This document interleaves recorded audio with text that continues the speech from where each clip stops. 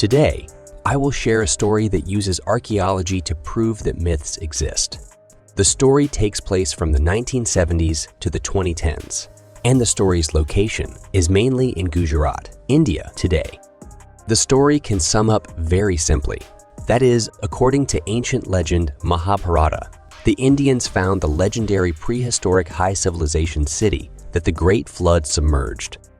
The story of Dwarka brought shock to the Indians, just as the Chinese found Fuxi and Nuwas, the land of Huangzu, based on the classic of mountains and seas, and Christians found God's Garden of Eden, based on the Bible.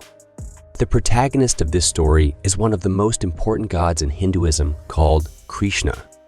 With that said, let's first summarize the three most important gods in Hinduism. The first is called Shiva. He is specifically responsible for destroying the universe. The second is called Brahma. He is specifically responsible for the creation of civilization. The third is called Vishnu. He is specifically responsible for protecting civilization. The protagonist of our story, Krishna, is the incarnation of Vishnu, who came to Earth to protect our civilization. According to the Hindu classic Mahabharata, after defeating his uncle, Krishna decided to migrate with his people from Mathura to the coastal city of Dwarka and reclaimed 96 square kilometers of land from the sea to build the city. Dwarka means the gated city in Sanskrit, and it is square like a chessboard, and 4 main gates guard it. Birds and flowers are fragrant in the city, like a vast park with lakes crisscrossing it. From time to time, you can hear the chirping of swans, and the roar of giant machines can be heard in the distance. Outside the city, the buildings are rising, every corner of the city with well-laid boulevards inside and outside. Various courtyards, gardens, shopping streets, and residences are scattered all over the city. In addition, Dwarka has 900,000 royal palaces, all decorated with crystals, gold, and silver, and embellished with giant emeralds.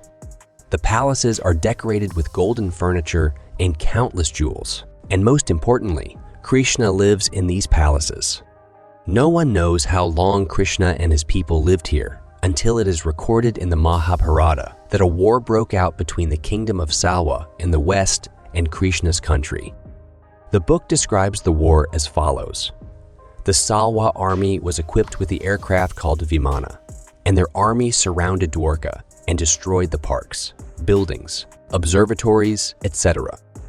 They threw down a lot of projectiles. Then a violent cyclone appeared, covering the entire area, and the heat wave rolled in. This description is recorded in Bhagavata Purana. Isn't this very much like modern warfare?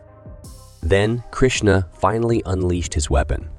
The weapon flew towards the Salwa army, and then a sphere of light as bright as the sun rose in the sky, and the Salwa army disappeared instantly. It's like a prehistoric nuclear war. Not long after this prehistoric nuclear war, Krishna left Earth, and on the same day, the city of Dwarka was flooded with seawater by angry gods. Indian historians speculated that the battle should have occurred in 3090 BC based on the lunar eclipses, comets, and other celestial phenomena recorded in the Mahabharata. And Hindu believers are more willing to believe that Krishna left the earth 5,000 years before the destruction of Mohenjo-daro, which is 9,000 years ago. It is such a legend, stripped layer by layer from the code and brought into reality by Indian archaeologists. According to Hindu lore, today's Dwarka is the 7th rebirth of Krishna Dwarka. The first 6 sites were all buried deep underground. Today, there is a temple that has been preserved from generation to generation. It was built specifically in honor of Krishna. No matter how many times the city of Dwarka is covered, the temple will always be built on the ground of the new city of Dwarka.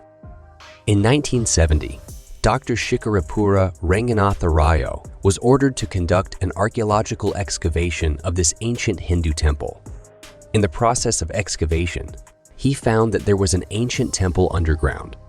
Digging further down, he found an even older temple, and he found it to be about 3,000 years old, layer by layer. Judging from many shells, pottery pieces, and ironware unearthed under the temple, Below the temple are the ruins of cities that the sea has continuously washed, and they are layered upon layers of history.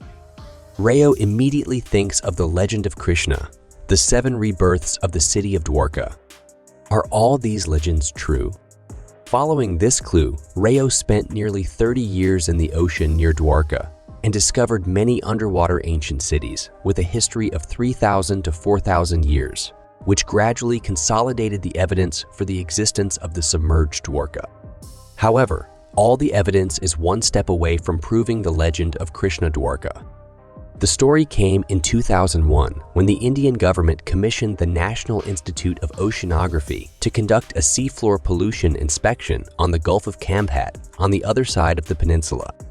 Their sonar found a city covering an area of about 13 square kilometers below it, which is equivalent to 5 sizes of the ruins of Mohenjo-Daro. This is so huge. Archaeologists have never discovered an ancient city of this magnitude on land. Then, the National Institute of Oceanography sent some of the salvaged wood blocks, pottery pieces, and fossil bones to various laboratories worldwide for testing, including Manipur University in India and the University of Oxford in the United Kingdom. The results showed that the age ranged from 3,500 to 9,500 years old. If this age is correct, it is enough to prove 2 points. First, this is most likely the site of the legendary Krishna Dwarka. Second, the site is 5,000 years older than any city site that has been discovered. Archaeological finds in the Gulf of Kamhat. Rayo found the monuments on the seabed of Dwarka, Mohenjo-Daro, and the ruins of the Indus Valley civilization. If these archaeological findings form a chain of evidence, it will be enough to rewrite human civilization. This incident caused a sensation in the global archaeological community in the 2000s, and the Indian government did not dare to act rashly. In 2007, the Indian government conducted the last sonar scan of the site. After this, there is no more info. So Rayo's more than 30 years of archaeological work at Krishna Dwarka has come to an end, and it seems that a voice straight to heaven is telling him, no more digging. When asked how sure he was that this was Krishna's Dwarka, Rao replied, only the name board is missing. In 2013, Rayo passed away, and he ultimately did not wait for the day when the evidence was unearthed. So at this point, Krishna Dwarka may be submerged in the ocean, immersed in our memory forever. If Krishna Dwarka is confirmed by archaeology, should we believe the story in Mahabharata? On the other hand, do you want to believe in the prehistoric nuclear war?